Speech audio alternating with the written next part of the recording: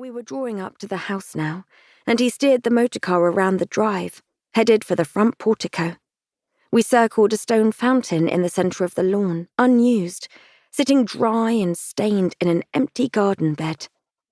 Patches of mist moved across it, sliding soundlessly over the sad-eyed carved Mary as she opened her blessing arms over the empty basin, blank-faced cherubs flanking her on either side. "You mustn't worry." The driver stopped the motor before the front steps. "It's remote, that's certain, but I've never heard of anyone being mistreated at the hospital. Your fellow is probably just fine. It'll be too late for me to come back tonight, but they've nice guest rooms here, for family. I'll just come by tomorrow morning then, shall I?" I looked at him for a moment, before I realised he thought I was a visitor.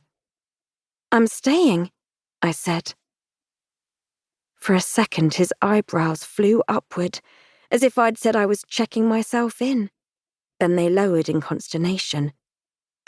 Nurse? I thought..." His gaze flicked to the rear compartment, where my valise lay. It was small enough to be an overnight bag. When he looked back at me, I met his eyes and watched him understand that the valise contained everything I owned. "Well," he said. The silence sat between us for a moment. "I'll just get your bag for you then." He got out of the car, and I opened my door before he could come round, pulling myself from the painfully hard seat. He flapped his hands in frustration and retrieved my small bag. "Be careful," he said as he handed it to me, his friendly tone gone. "These are madmen, you know. Brutes, some of them. You're just a tiny thing. Young, too. I had no idea you were coming to nurse, or I would have said. Most of them don't last. It's too lonely." I handed him payment, the last money I owned. "Lonely is what I want." "I get called out here to pick the girls up sometimes when they leave. They're quiet as ghosts, and we never see the nurses in town. Maybe they're not allowed. I'm not even certain they get leave." "I don't need leave." "What kind of nurse doesn't need leave?" Now he sounded almost annoyed. I turned away and started up the steps. "It's just, you don't seem the type," he called after me. I turned back. "You needn't worry about me." I thought for a moment. "It isn't a German name, Gerzbach," I said to his upturned face. "It's Swiss." I glanced past his shoulder to the fountain again, at Mary's slender draped shoulders, her elegant arms. Then I climbed the steps toward the front doors of Portis House. Catherine Weeks. The woman glanced through the papers in her hand, shuffling them deftly through her long fingers, the corners of her mouth turned down in concentration. "Kitty," I said. She glanced sharply up at me.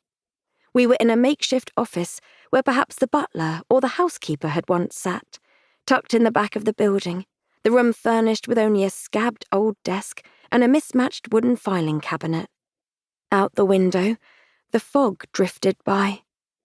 She was a tall woman with square shoulders, her hair cut in a blunt fringe that was almost mannish. She wore a thick cardigan over her uniform, and a pair of half glasses that she didn't bother to use dangled on a chain around her neck. The white cap she wore seemed out of place and almost ridiculous on her head. Her eyes narrowed as she looked at me. "You will not be called Kitty," she said. "You will be Nurse Weeks. I am the matron here, Mrs. Hilda. You will call me matron." I filed this piece of information away.